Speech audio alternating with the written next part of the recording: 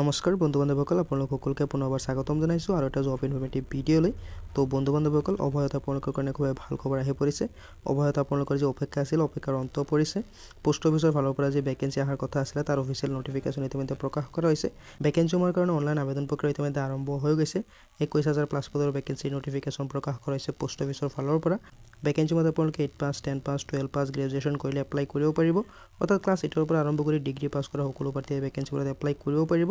আপোনালোকে কোনো ধৰণৰ এক্সাম দিব নালাগে, কোনো ধৰণৰ ইণ্টাৰভিউ দিব নালাগে। ভেকেঞ্চিৰ কাৰণে আপোনালোকৰ ডাইৰেক্ট চিলেকশ্যন হৈ যাব।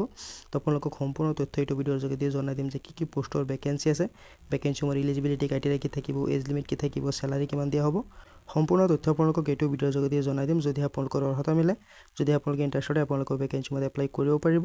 যিহেতু আপোনালোকৰ যি অপেক্ষা আছিলে পোষ্ট অফিচৰ ফালৰ পৰা কেতিয়া ভেকেঞ্চি আহিব, কেতিয়া এপ্লাই প্ৰক্ৰিয়া আৰম্ভ হ'ব, তো অৱশ্যে আপোনালোকৰ যি অপেক্ষা আছিল অপেক্ষাৰ অন্ত পৰিছে। পোষ্ট অফিচৰ ফালৰ পৰা ভেকেঞ্চিৰ নটিফিকেশ্যন প্ৰকাশ কৰা হৈছে। অনলাইন আবেদন প্ৰক্ৰিয়া ইতিমধ্যে আৰম্ভ হৈ গৈছে।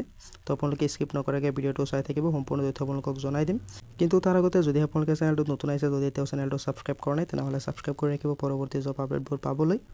তো বন্ধু বান্ধৱীসকল আপোনালোকে চাব পাৰে যে ইণ্ডিয়ান পোষ্ট অফিচৰ ফালৰ পৰা যি ভেকেঞ্চি অহাৰ কথা আছিলে 2025 চনৰ ভেকেঞ্চিৰ অফিচিয়েল নটিফিকেশ্যন ইতিমধ্যে প্ৰকাশ কৰা হৈছে। ভেকেঞ্চিৰ কাৰণে অনলাইন আবেদন প্ৰক্ৰিয়া ইতিমধ্যে আৰম্ভ হৈ গৈছে। তো আপোনালোকে চাব পাৰে যে অনলাইন আবেদন কৰাৰ লাষ্ট ডেটটো 3 মাৰ্চলৈকে আপোনালোকে ভেকেঞ্চিত এপ্লাই কৰিব পাৰিব। তো আপোনালোকক সম্পূৰ্ণ তথ্য এইটো ভিডিঅ'ৰ যোগেদি জনাই দিম। যদি আপোনালোকৰ অৰ্হতা মিলে আপোনালোকৰ ভেকেঞ্চিত এপ্লাই কৰি ল'ব পাৰিব। গতিকে আপোনালোকে প্ৰথমতে ভেকেঞ্চিৰ হ'ব ডিটেইলছখিনি চাই লওক। তো ইয়াতে আপোনালোকে চাব পাৰে যে department of post ministry of communication government of ইণ্ডিয়াৰ তৰফৰ পৰা ভেকেঞ্চিৰ অফিচিয়েল নটিফিকেশ্যনখিনি প্ৰকাশ কৰা হৈছে। য'ত আপোনালোকৰ কাৰণে 21,413টা পদৰ ভেকেঞ্চিৰ নটিফিকেশ্যন প্ৰকাশ কৰা হৈছে। তো আপোনালোকে ইয়াতে কেটেগৰিজ নাম্বাৰৰ ভেকেঞ্চিটো চাব পাৰে, অৰ্থাৎ ভেকেঞ্চিৰ অভাৰভিউটো আপোনালোকে চাব পাৰে। নেম অফ দ্য পোষ্ট আপোনালোকে চাব পাৰে যে গ্ৰামীণ ডাক সেৱক অৰ্থাৎ GDS পদৰ ভেকেঞ্চি আছে। 2025 চনৰ ইণ্ডিয়ান পোষ্ট অফিচৰ ফালৰ পৰা ভেকেঞ্চিৰ নটিফিকেশ্যনখিনি আহিছে। তো ইয়াতে আপোনালোকে পোষ্টৰ কেটেগৰিটো চাব পাৰে যে কি পোষ্টৰ ভেকেঞ্চি আছে। তো চাব পাৰে যে ব্ৰাঞ্চ পোষ্টমাষ্টাৰৰ ভেকেঞ্চি আছে, এছিষ্টেণ্ট ব্ৰাঞ্চ পোষ্টমাষ্টাৰৰ ভেকেঞ্চি আছে, ডাক সেৱকৰ ভেকেঞ্চি আছে। টোটেল ভেকেঞ্চি আপোনালোকে চাব পাৰে যে 21,413টা পদৰ ভেকেঞ্চিৰ নটিফিকেশ্যন প্ৰকাশ কৰা হৈছে। অসমৰ কাৰণে আপোনালোকে চাব পাৰে যে 145টা পদৰ ভেকেঞ্চি আছে। তো টোটেল যিটো ভেকেঞ্চি আছে আপোনালোকৰ 21,413টা পদৰ কাৰণে অল অভাৰ ইণ্ডিয়া ভেকেঞ্চি হয়। তাৰ ভিতৰত আপোনালোকে চাব পাৰে যে অসমৰ কাৰণে 145টা পদৰ ভেকেঞ্চিৰ নটিফিকেশ্যন প্ৰকাশ কৰা হৈছে। অৰ্গেনাইজেশ্যনটো আপোনালোকে চাব পাৰে যে ইণ্ডিয়ান পোষ্ট। তো যদি আপোনালোকে ইণ্টাৰেষ্টেড হয়, যদি আপোনালোকৰ অৰ্হতা মিলে আপোনালোকে ভেকেঞ্চিত এপ্লাই কৰি ল'ব। তো প্ৰথমতে ভেকেঞ্চিৰ হ'ব ডিটেইলছখিনি আপোনালোকে চাই লওক। তো যিকেইটা ভেকেঞ্চিৰ নটিফিকেশ্যন প্ৰকাশ কৰা হৈছে ইণ্ডিয়ান পোষ্ট অফিচৰ ফালৰ পৰা ভেকেঞ্চিৰ চেলাৰীটো আপোনালোকে চাব পাৰে যে ব্ৰাঞ্চ পোষ্টমাষ্টাৰৰ চেলাৰীটো আপোনালোকে চাব পাৰে যে 12,000 টকাৰ পৰা 29,380 টকালৈকে দিয়া হ'ব পাৰ মান্থ হিচাপে।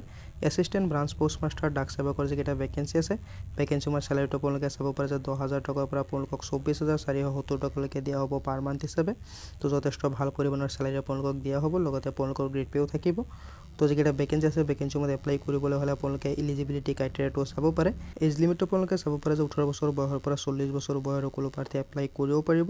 লগতে আপোনালোকে চিলেকশ্যনো পাই যাব। ইয়াতে চাব পাৰে যে SC/ST কেণ্ডেডেটৰ কাৰণে আছে 5 বছৰ, OBC কেণ্ডেডেটৰ কাৰণে আছে 3 বছৰ, PWD আনৰিজাৰ্ভৰ কাৰণে আছে 10 বছৰ, PWD OBC কেণ্ডেডেটৰ কাৰণে আছে 13 বছৰ আৰু PWD SC/ST কেণ্ডেডেটৰ কাৰণে আছে 15 বছৰৰ চিলেকশ্যন।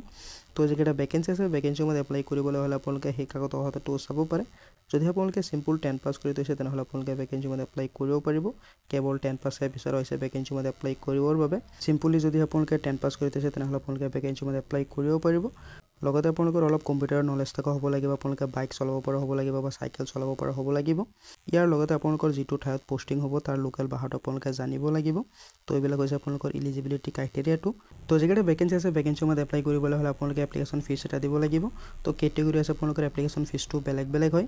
তো ইয়াতে আপোনালোকে চাব পাৰে যে আনৰিজাৰ্ভ OBC কেণ্ডেডেটছে 100 টকা এপ্লিকেশ্যন ফিজ দিব লাগিব। SC/ST ফিমেল PWD কেণ্ডেডেটছে কোনো ধৰণৰ এপ্লিকেশ্যন ফিজ দিব নালাগে।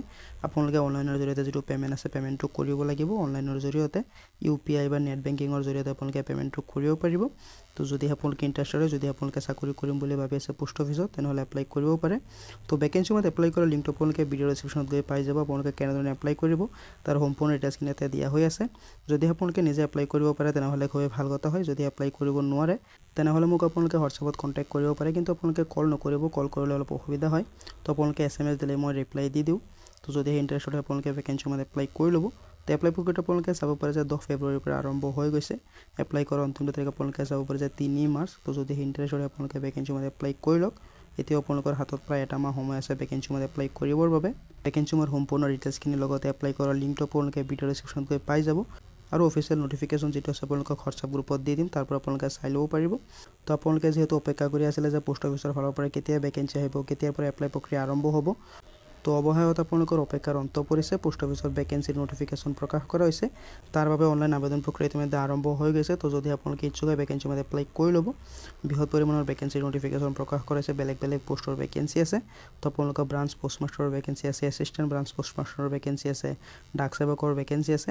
টোটেল ভেকেঞ্চি চাব পাৰে যে 21,413টা পদৰ ভেকেঞ্চি আছে অল অভাৰ ইণ্ডিয়া। আৰু অসমৰ কাৰণে আপোনালোকে চাব পাৰে যে 145টা পদৰ ভেকেঞ্চি আছে। তো অসমৰ প্ৰাৰ্থীসকলে 145টা ভেকেঞ্চি নহয়, গোটেইকেইটা ভেকেঞ্চিত এপ্লাই কৰিব পাৰিব। অসমৰ কাৰণে কেৱল 145টা ভেকেঞ্চিহে উল্লেখ কৰি দিছে, কিন্তু গোটেইকেইটা ভেকেঞ্চিত আপোনালোকে এপ্লাই কৰিব পাৰিব। তো যদি আপোনালোকে ইণ্টাৰেষ্টেড হয়, যদি আপোনালোকৰ অৰ্হতা মিলে আপোনালোকৰ ভেকেঞ্চি মতে এপ্লাই কৰি ল'ব। চেলাৰিও আপোনালোকক যথেষ্ট ভাল পৰিমাণৰ চেলাৰি দিয়া হ'ব ভেকেঞ্চিসমূহৰ কাৰণে। তো আশা কৰিছোঁ ভিডিঅ'টো আপোনালোকৰ কাৰণে উপকাৰীমূলক হৈছে। যদি ভিডিঅ'টো ভাল পাইছে লাইক এটা কৰি দিব পাৰে, কিবা থাকিলে কমেণ্টত জনাব পাৰে। তো লগ পাম অন্য এটা ভিডিঅ'ত নতুন আপডেটৰ সৈতে। ধন্যবাদ।